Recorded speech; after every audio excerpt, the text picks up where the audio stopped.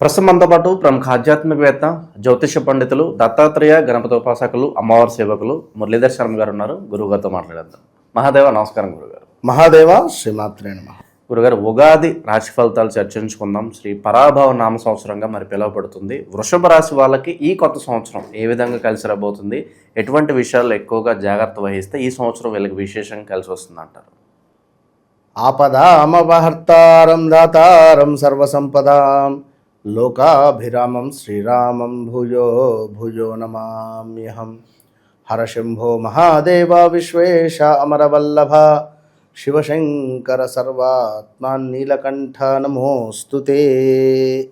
ప్రేక్షకులకు అందరికీ కూడా పరాభవ నామ సంవత్సర శుభ ఆశీస్సులతో, అదేవిధంగా ఎల్లవేళలా మా రైతులు కావచ్చును, అదేవిధంగా అందరూ కూడా సుభిక్షంగా ఉండాలి, చక్కగా పాడి పంటలతో, అదేవిధంగా సుఖ సంపదలతో జీవితాంతము అమ్మవారి యొక్క దయ మీపై ఉండాలని నేను మనస్ఫూర్తిగా కోరుకుంటూ, మీ ఇంటి మనిషిని అని చెప్పేటువంటి విధంగా నన్ను ఆదరించేటువంటి వారందరికీ కూడా పేరు పేరున అమ్మవారి శుభ ఆశీస్సులు మీపై ఉండాలని కోరుకుంటున్నాను.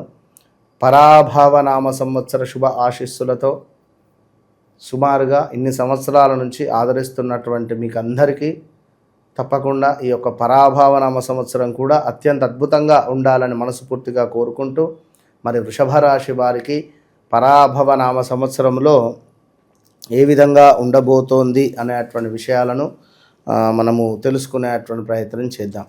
మరి ఇక్కడ వృషభ రాశి అని అనగానే మనకు వృషభ రాశికి ఇక్కడ ఎద్దు అంటే వృషభం, దీన్ని మనకు టారస్ అంటారు.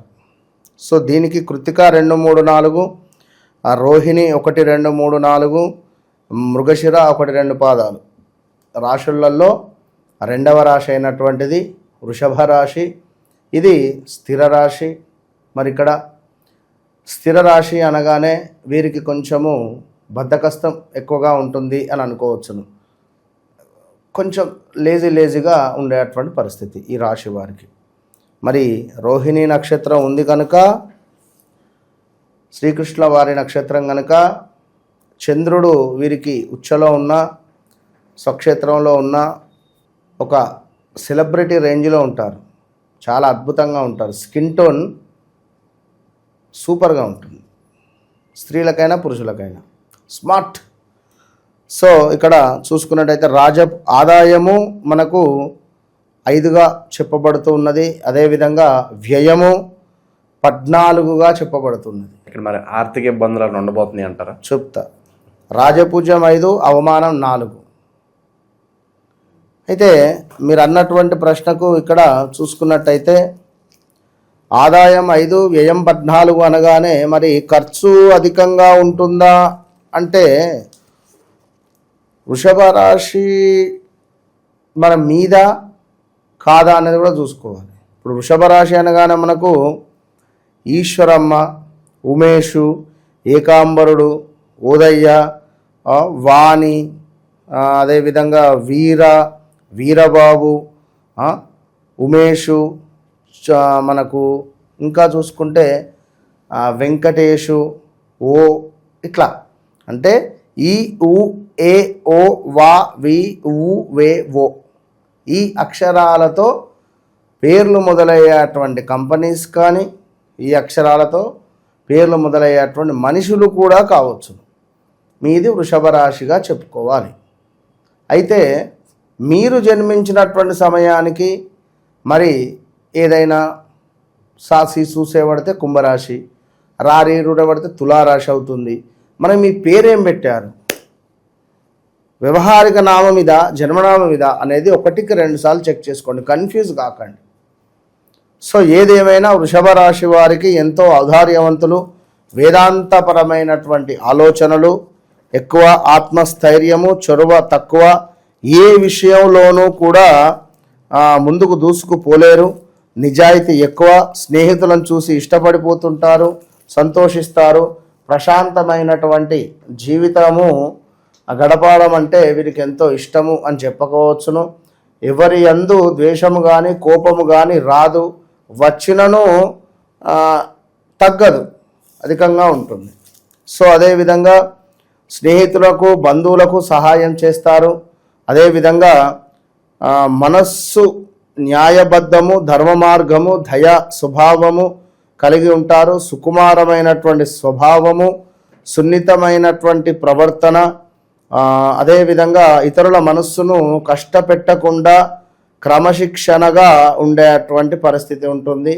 సో ఇలాంటి వృషభ రాశి వారికి సంబంధించి మరి ఈ రాశి వారికి 11వ ఇంట చక్కగా కూడా శనైశ్వరుడు చాలా అద్భుతంగా వీరికి యోగాన్ని తెచ్చిపెట్టేటువంటి పరిస్థితులుగా కనబడుతూ ఉన్నవి. 11వ ఇంట శనైశ్వరుడు చాలా అద్భుతంగా ఉండడం ద్వారా మరి వృత్తులందు లాభాలు కనబడుతూ ఉన్నవి. అదేవిధంగా అన్ని రంగాల వారికి కూడా చక్కటి లాభములు, ఇంటి యందు వివాహాది శుభకార్యములు చేయుట, నూతన గృహ నిర్మాణ అవకాశాలు, విందు భోజనములు అనుకోకుండా చేసేటువంటి సందర్భాలు, బంధువుల యొక్క రాక, ఇంటి యందు పండుగ వాతావరణం కనబడుతూ ఉన్నది. అదేవిధంగా నూతన వస్తువులు, బంగారము, వాహనము, భూమి కొనుట, తీయని పదార్థములు భుజించుట అధికంగా, సమాజంలో స్థాన గౌరవము అధికంగా ఉండడము, కుటుంబంలో మరొకరికి సంపాదన మొదలయ్యేటువంటి పరిస్థితి, అది మీకు ఎంతో సంతోషాన్ని కలిగించేటువంటి సందర్భము అని చెప్పుకోవచ్చును. వచ్చే సొమ్ము ఏదైతే ఉందో శీఘ్రంగా వస్తుంది. విద్యార్థులు ప్రథమ శ్రేణిలో ఉత్తీర్ణత, మంచి ర్యాంకు వచ్చి పై చదువులకు విదేశాలకు వెళ్ళుట, పిల్లలకు సంబంధించి మంచి ఉద్యోగములు, ప్రమోషన్లు లభించుట, నూతన పనులు ప్రారంభించుట, అదేవిధంగా అనుకున్న పనులు విజయవంతమగుట, తాత్కాలిక ఉద్యోగస్తులకు ప్రైవేట్ అగుట, బ్యాంకు రుణాలు వచ్చుట, ఉద్యోగ మార్పు, మెడిసిన్, ఇంజనీరింగ్ వాళ్లకు కొన్ని చిక్కులు మాత్రం తప్పవు. అదేవిధంగా వకీలు, డాక్టర్లకు మంచి పేరు వచ్చుట, గతంలో నిలిచిన పనులు నెరవేరుట, వ్యాపారంలో మార్పు, ఉద్యోగంలో మార్పు, మీకు కావలసిన ధనం రావడానికి అనేక మార్గములు ఎన్నుకొనుట, ఇంటి యందు అందరికీ ఆరోగ్యము, మనస్సునందు సంతోషము, మాతా పితృ భక్తి, మంచి వారితో స్నేహం చేయుట, మీ గుడ్ విల్ ఏదైతే ఉందో అది పెరిగే పరిస్థితి ఉంది. ప్రయాణాలలో లాభములు, ఉపయుక్తమైనటువంటి ప్రయాణాలు చేయుట, సహోదరి వర్గానికి చెందిన బాధ్యతలు వీరి నెత్తి మీద పడేటువంటి పరిస్థితి ఉంది. ఉన్నంతలో విలాసవంతమైనటువంటి జీవనం సాగిస్తారు. భూమికి సంబంధించింది, ధనానికి సంబంధించింది, ధాన్యానికి సంబంధించినటువంటి లాభాలు, రియల్ ఎస్టేట్ వారికి మంచి లాభాలు అనుకూలంగా ఉండే పరిస్థితి ఉంది. మరి ఇక్కడ గురువు 3లో సంచారం చేత ఏదో ఒక రకమైనటువంటి టెన్షను ఉండుట, అదేవిధంగా ప్రయోజనం లేని ఉద్యోగము చేయుట, రోజువారి ప్రయాణంలో జాగ్రత్త అవసరము, పొత్తు వ్యాపారమందు మోసము, నమ్మినచో నష్టపోతున్నారు, జాగ్రత్తగా ఉండండి. కఠినమైన నిర్ణయాలు తీసుకుంటారు, కానీ ఆచరణలో సాధ్యం కాదు. మానసిక చింతన, పరిచయం లేని వ్యక్తులను నమ్మరాదు. పరిచయం లేని వ్యక్తులను నమ్మడం ద్వారా మానసిక చింతన ఏర్పడే పరిస్థితి ఉన్నది. సో దురాలోచన, మితిమీరిన కోపము, సెంటిమెంట్ వస్తువులను అమ్మి చింతించుట, అనవసరమైనటువంటి పనులు చేసి చింతించుట, ఆదాయానికి మించినటువంటి ఖర్చులు ఉండడము, మీ మీద నరదృష్టి అధికముగా ఉండడము, ఇదంతా చెప్పేది మనకు జూన్ జూలై తర్వాత నుండి. ఇందాక మనము ఎప్పుడైతే ఇక్కడ గురువు 3వ సంచారము అని చెప్పుకున్నాం, ఈ గురువు 3వ సంచారము అని చెప్పుకున్నప్పటి నుంచి ఇబ్బందులు అనేటువంటివి ప్రారంభమవుతుంది. ఈ మనకు సుమారుగా జూన్ జూలై వరకు గురువు బాగానే ఉన్నాడు. ఎప్పుడైతే గురువు మారుతున్నాడో మితిమీరిన కోపము, సెంటిమెంట్ వస్తువులు అమ్ముకొనుట, చింతించుట, అనవసరమైనటువంటి పనులు చేసి చింతించుట, ఆదాయానికి మించినటువంటి ఖర్చులు, మీ మీద నరదృష్టి మాత్రం భయంకరంగా ఉంది. వస్తువులు కొనకండి, స్టేటస్లు పెట్టకండి. మీది కానీ, మీ పిల్లలది కానీ, మీ భర్తది కానీ, కారు కొన్నామని, బండి కొన్నామని, చీర కొనుక్కున్నామని, బంగారం కొనుక్కున్నామని, ఇలాంటివి ఎలాంటి కూడా మీరు స్టేటస్లు పెట్టకండి. ఇవాళ రేపు బంధువులు, ఇంటి పక్క వారు, ఇంటి ముందు వారే ఓర్వలేని పరిస్థితులలో ఉన్నాము. ఇది కలియుగము అని గమనించుకోండి. ఇక ఏ పని చేసినా బాగా ఆలోచించి చేయాలి. తప్పకుండా శని జపతర్పణ హోమాదులు చేయించి శ్రీరామ ఆపదుద్ధారక స్తోత్రాన్ని చేసినా కొంచెం మేలు కలుగును అని చెప్పడం జరుగుతూ ఉన్నది. కనుక ఎవరైతే వృషభ రాశి వారు ఉన్నారో ఇప్పుడు జూన్ జూలై ఆగస్టు వరకు చాలా జాగ్రత్తగా ఉండాలి. ఎప్పుడైతే జూన్ జూలై ఆగస్టు వస్తుందో ఈ యొక్క జూన్ జూలై ఆగస్టు తర్వాత నుండి తీవ్రమైనటువంటి ఇబ్బందులకు గురయ్యే పరిస్థితి ఉంటుంది. ఎలాంటి సెటిల్మెంట్స్ ఉన్నా ఏది ఉన్నా కూడా ఈ యొక్క జూన్ జూలై లోపే మీరు సెటిల్మెంట్ చేసుకోండి, వివాహాలు చేసుకోండి. అన్నింటా బలం ఉంది. ఎప్పుడైతే మనకు ఆగస్టు దాటుతుందో చాలా అంటే చాలా తీవ్రమైనటువంటి కఠినమైనటువంటి ఇబ్బందులు మనకు 1 ఇయర్ సుమారుగా 10 months దాకా ఉంటుంది. కనుక ఏది ఏమైనప్పటికీ ఇదంతా కూడా మనకు ఈ యొక్క పరాభావరామ సంవత్సరానికి సంబంధించినటువంటి గోచార ఫలితాలు. ఇందులో రాజపూజ్యమేమి, అవమానమేమి, వ్యయమేమి, ఆదాయమేమి. మన మాటే మనకు ఆదాయము. మన మాటల్లోనే సరస్వతి అమ్మవారు ఉంటుంది. మనం చేసే పనిలోనే ఆ యొక్క వృత్తికారకుడు ఉంటాడు, శనైశ్వరుడు. కనుక చక్కటి మాట విధానము, చక్కగా నలుగురితో మాట్లాడదాం, చక్కగా నలుగురిని మంచిగా అర్థం చేసుకునే ప్రయత్నం చేసిన కొంచెము పొరపాటున కూడా మనము అపార్థం చేసుకున్నా కూడా అది ఎక్కడికో దారితీస్తుంది. కనుక మరి ఇట్టి సందర్భాలలో వృషభ రాశి వారికి ఒకటే, మన వ్యక్తిగత జాతకరీత్యా మీ దశ అంతర్దశలను చూసుకొని ముందుకు వెళితే మంచి ఫలితాలు ఉంటవి. As it is. ఇప్పుడు ఇక్కడ ఒక చిన్న మాట ఏమిటి అంటే, అందరికీ కూడా అమ్మవారి శుభ ఆశీస్సులు. గత కొంతకాలంగా నన్ను ఆదరిస్తున్నటువంటి వారికి, మా ఛానల్స్ను ఆదరిస్తున్నటువంటి వారికి నిజంగా ఇక్కడ యూనివర్స్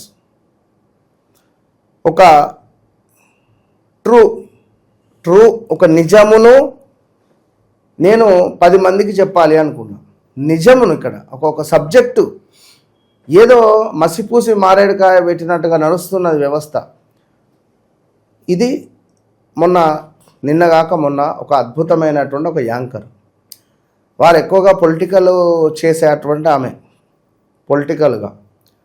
సో ఈ యొక్క డివోషనల్ వైపుగా కూడా ఉంది. జస్ట్ క్యాజువల్గా కూర్చుంటే, గురుగారు నా జాతకం చెప్పండి అని అంది.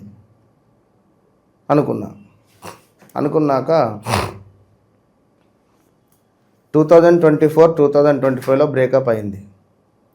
2024-2025లో సూసైడ్ అటెంప్ట్ చేసినారు. 2025-2025లో స్థాన చలనం జరిగింది. ఇట్లా ఒక 10 విషయాలు టకా చెప్పేసరికి షాక్ అయిపోయింది. మామూలు షాక్ కాదు, పిచ్చి షాక్ అయిపోయింది. మీకెవరు చెప్పారు అంటది. మీకేం తెలుసు అన్నది. ఫోన్ చేసిందా, ఒక పెద్ద బీఆర్ఎస్ పార్టీకి సంబంధించినటువంటి ఒక పెద్ద లీడర్కి ఫోన్ చేసి ముఖం చూసి చెప్పేస్తున్నాడు, గురువుగారు ఏంది నాకు అసలు ఏం అర్థమవుతలేదు, మీరు కలవాలి అంటే. ఆమెకు అతను లైక్ ఎవరైనా మంచి వారు ఉంటే చెప్పండి అని చెప్పంటే, చెప్పేసరికి ఆయన షాకు. ఒక పెద్ద ఎంపీ ఈయనరా కలవాలి ఇప్పుడు ఉంది. సో నిన్నగాక మొన్ననే జరిగింది. కనుక అట్లా ఉంటుంది సబ్జెక్ట్ అది కనుక ఇప్పుడు మన దగ్గరికి వచ్చేటువంటి వారు కూడా చాలామంది షాక్ అయిపోతారు. కాల్స్ అయినా ఏదైనా కూడా, అమ్మ ఇది జరిగింది, జరుగుతుంది. యా మొన్న అమెరికా ఆమె ఇంగ్లీష్లో మాట్లాడింది. ఇంగ్లీష్లో నేను చెప్తూ ఉన్నా, వారు ఎక్కడో తెలియదు ప్రామిస్ ఇంగ్లీష్లో ఉన్నవారు. Your father this time is trouble to health related. Yes ya shock అయిపోతుంది ఆమె.